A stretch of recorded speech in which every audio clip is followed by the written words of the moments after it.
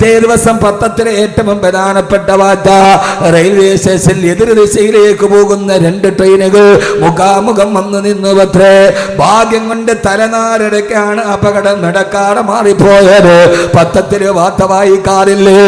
കേവലം 2 ട്രെയിനുകൾ 1/2 കിലോമീറ്റർ പോലും വലിപ്പമില്ലാത്ത 2 ട്രെയിനുകൾ പാളത്തിൽ മുഖാമുഖം വന്നാൽ പേടിച്ചു വിറച്ചു പോകുന്നവനെ, പേടിച്ചരണ്ടു പോകുന്ന മനുഷ്യ, അല്ലാഹു ചോദിക്കുകയാണ്, സൂര്യൻ എന്ന ഭൂമിയേക്കാൾ 35,000 ഇരട്ടി പിണ്ട വലിപ്പമുള്ള സൂര്യഗോളം, ഈ മഹാഭൂമിയും സൂര്യനും ചന്ദ്രനും ഒരേ നേരയിൽ വന്നപ്പോ എന്തിനാണത് വന്നതെന്നറിയുമോ?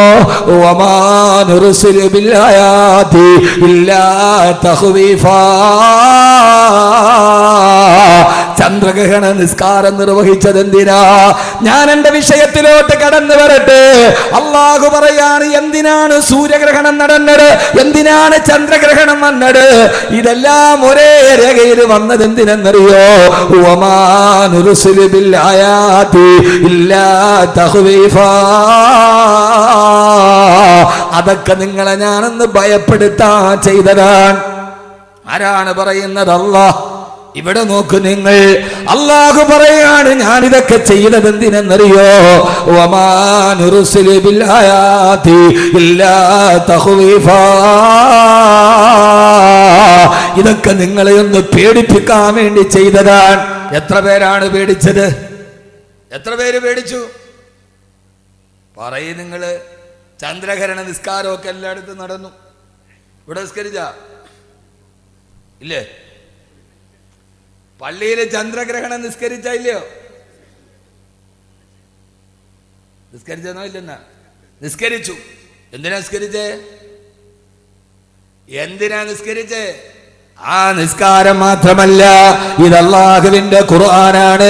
കബീർ ബാക്കവി പറയുന്നത് ഖുർആനാണ്. സൂറത്തുൽ ഇസ്രായിൽ അല്ലാഹു പറയാ, വമാനുർസിലു ബിൽആയാതി ഇല്ലാ തഖ്വീഫാ. ഇത് നിങ്ങളെ ഞാനൊന്ന് ഭയപ്പെടുത്താൻ ചെയ്തതാണ്. ഇനിയെങ്കിലും നിങ്ങൾ എന്നിലേക്ക് തിരിച്ചു വാ.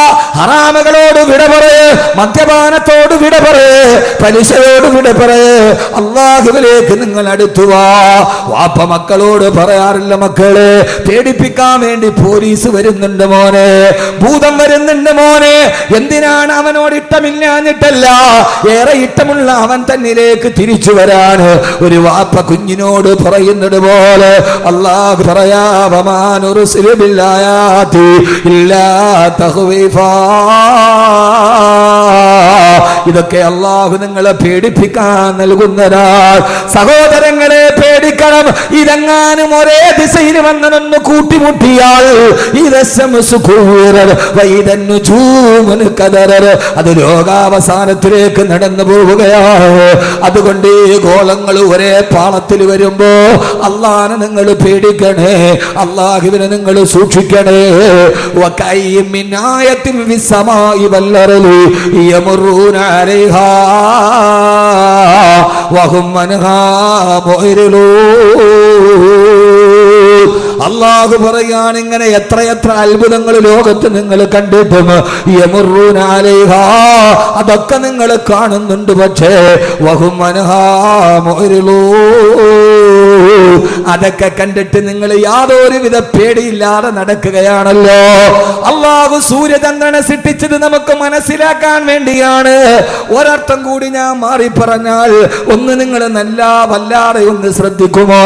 അല്ലാഹു തൗഫീഖ് നൽകി അനുഗ്രഹിക്കുമാറാകട്ടെ. അല്ലാഹു പേടിപ്പിക്കുകയാണ്. ഒന്നുകൂടി പറഞ്ഞാൽ ഒരു കാര്യം ഞാൻ നിങ്ങളോട് പറഞ്ഞുതരാം. വേറെ ഹദീസും ഖുർആനും ഒന്നും അല്ല, അത് ചിന്തിക്കാൻ അധികം സമയവും വേണ്ട. സൂര്യൻ എന്ന് പറയുന്നത് രാവിലെ ഉദിച്ചു വൈകുന്നേരം അസ്തമിക്കാറുണ്ട്, ഇല്ലേ? കാണാറുണ്ടോ രാവിലെ സൂര്യൻ ഉദിക്കുന്നത്? കാണാറുണ്ടോ?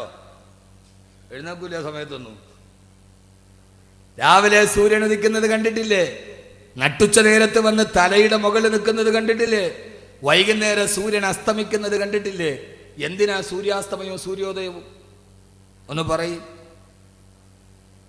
സൂര്യൻ ഉദിക്കുന്നത് സൂര്യൻ അസ്തമിക്കുന്നതും വെറുതെ ഈ ആകാശത്തിന്റെ മുകളിൽ ഇങ്ങനെ ഉദിക്കുക അസ്തമിക്കുകയും ചെയ്യുന്ന എന്തിനാ? എത്ര നാളുകൊണ്ട് നമ്മൾ കാണുന്ന കാഴ്ചയാണിത്. എന്തിനാണിത്? അറിയില്ല ഇച്ചിരി വെള്ളം തരിക. അറിയില്ല. ഒരാൾക്ക് ജീവിതത്തിൽ നന്നാവണമെങ്കിൽ സൂര്യനെ നോക്കിയാൽ മതി. ആരെ നോക്കിയാൽ മതി? വാള് പറയല്ല, വാള് കേൾക്കണ്ട, ഒന്നും നോക്കണ്ട. നിങ്ങൾക്ക് നന്നാവണമെന്ന് ചെറുപ്പക്കാരെ ആഗ്രഹമുണ്ടോ?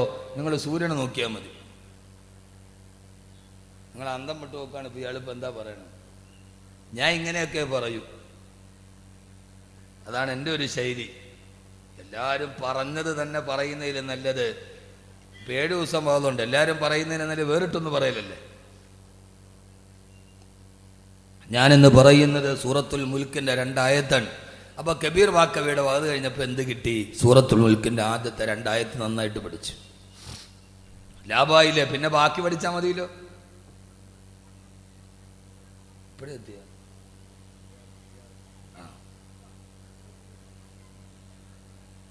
അള്ളാഹുവിന്റെ ഖുർആൻ പറയുകയാണ്, അള്ളാഹു സൂര്യനെ നൽകിയതെന്തിനാണ്?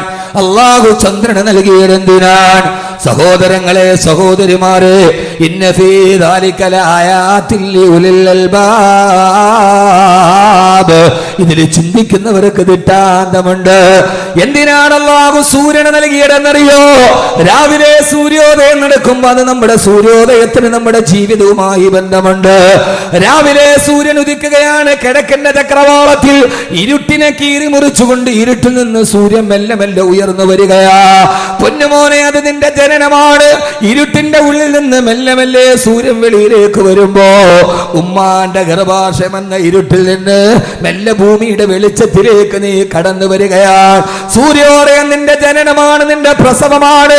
പിന്നെ ആ സൂര്യൻ മെല്ലെ മെല്ലെ മുകളിലേക്ക് ഉയരുന്നു. അത് വെറുതെ വെറുതെ മെല്ലെ പടിഞ്ഞാറോട്ട് സഞ്ചരിക്കുകയാണ്. വെറുതെ സൂര്യൻ ഇങ്ങനെ വെളിച്ചം കൂടി കൂടി വരുന്നു. അതുപോലെ നിന്റെ ബാല്യവും നിന്റെ കൗമാരവുമാണ്. മെല്ലെ മെല്ലെ വെളിച്ചം കൂടി കൂടി, കാലിന് ബലം കൂടി, കയ്യിന് ബലം കൂടി, മുഖത്ത് മീശസ്ഥാനം പിടിച്ച് മെല്ലെ മെല്ലെ നിന്റെ ബാല്യവും കൗമാരവുമാണ്. അവസാനം സഞ്ചരിച്ച് സഞ്ചരിച്ച് സൂര്യനിതാ നടുത്തലയുടെ നെടും തലയുടെ മുകളിൽ നട്ടുച്ച നേരത്ത് കത്തിച്ചൊലിച്ചു നിൽക്കുകയാണ്. ആർക്കും അടുക്കാൻ പോലും കഴിയാത്ത സൂര്യന്റെ ചൂടോട് സൂര്യൻ ഇങ്ങനെ കത്തിച്ചൊലിച്ചു നിൽക്കുകയാണ്. പൊന്നുമോനെ, അത് നിന്റെ യൗവനമാണ്. ആർക്കും അടുക്കാൻ കഴിയാതെ കത്തിച്ചൊലിച്ച് തിളച്ചു നിൽക്കുന്ന നിന്റെ യൗവനം. തട്ടുച്ച നേരത്ത് സൂര്യൻ കുതിച്ചു നിൽക്കുന്നത് അത് നിന്റെ യൗവനത്തെ ഓർമ്മപ്പെടുത്തുകയാണ്. ആർക്കും അടുക്കാൻ കഴിയാത്ത യൗവനം, ഒരാളുടെ ഉപദേശം സ്വീകരിക്കാത്ത യൗവനം, ആരുടെ അടുക്കലേക്ക് നന്മകൾ സ്വീകരിക്കാത്ത യൗവനം, ആ യൗവനമാണ് നിന്റെ നട്ടുച്ച നേരത്ത് നിൽക്കുന്ന സൂര്യന്. ഈ ചെറുപ്പക്കാരാ, ആ യൗവനം കഴിഞ്ഞാൽ പിന്നെ സൂര്യൻ അങ്ങോട്ട് പടിഞ്ഞാറോട്ട് സഞ്ചരിക്കലായി. മെല്ലെ മെല്ലെ സൂര്യന്റെ പ്രകാശത്തിന് കുറവ് വരികയാണ്. സൂര്യൻ മെല്ലെ ക്ഷയിക്കുകയാണ്. അത് നിന്റെ മധ്യവാർദ്ധക്യത്തിലേക്കുള്ള യാത്രയാണ്. നിന്റെ തലമുടി നരക്കുന്നു, നിന്റെ കൈകാലുകൾക്ക് ശക്തി കുറയുന്നു, നിന്റെ കൈകാലുകൾ ബലഹീനമാകുന്നു. അത് നിന്റെ മധ്യവാർദ്ധക്യത്തിലേക്കുള്ള യാത്രയാണ്. ബഹുമാനപ്പെട്ട പാണക്കാട് സയ്യിദ് ബഷീർ അലി ശിഹാബ് തങ്ങൾ മഹനീയമായ വ്യക്തിത്വത്തിലേക്ക് മഹാനവറുകളുടെ ആത്മീയ സാന്നിധ്യം നടന്നു വരികയാണ്. സഹോദരങ്ങളെ, സഹോദരിമാരെ, കത്തിച്ചൊലിച്ചു നിൽക്കുന്ന ഈ സൂര്യൻ അത് നിന്റെ യൗവനത്തെയാണ് പ്രസരിപ്പിക്കുന്നത്. ആ സൂര്യൻ മെല്ലെ മെല്ലെ പടിഞ്ഞാറോട്ട് സഞ്ചരിച്ചു. സൂര്യന്റെ പ്രകാശം കുറഞ്ഞു കുറഞ്ഞു വരുന്നു. നിന്റെ തലമുടി നരക്കാൻ തുടങ്ങുന്നു, നിന്റെ കാല് തളരാൻ തുടങ്ങുന്നു, നിന്റെ ശരീരത്തിന്റെ ശക്തി ക്ഷയിക്കുന്നു. നീ വാർദ്ധക്യത്തിലേക്ക് നടന്നു പോകുന്നു. അവസാനം നിന്നെ മധ്യവാക്യത്തിലെത്തുമ്പോ വൈകുന്നേരമാകുമ്പോ സൂര്യന്റെ പ്രഭ അസ്മിക്കാൻ പോവുകയാണ്. നിന്റെ 50 വയസ്സ് കഴിഞ്ഞു.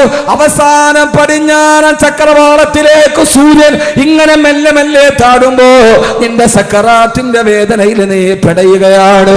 നോക്കി നോക്കി നിൽക്കവേ ആ സൂര്യഗോളം അറബിക്കടലിന്റെ തിരമാലകളുടെ ഉള്ളിലെ കൂളിയിട്ട് പോയി.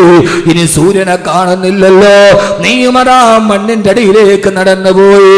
നിന്നെ മേലാരോ മണ്ണിട്ട് മൂടി. ഇനി നിന്നെ കാണാൻ കഴിയുന്നില്ലല്ലോ.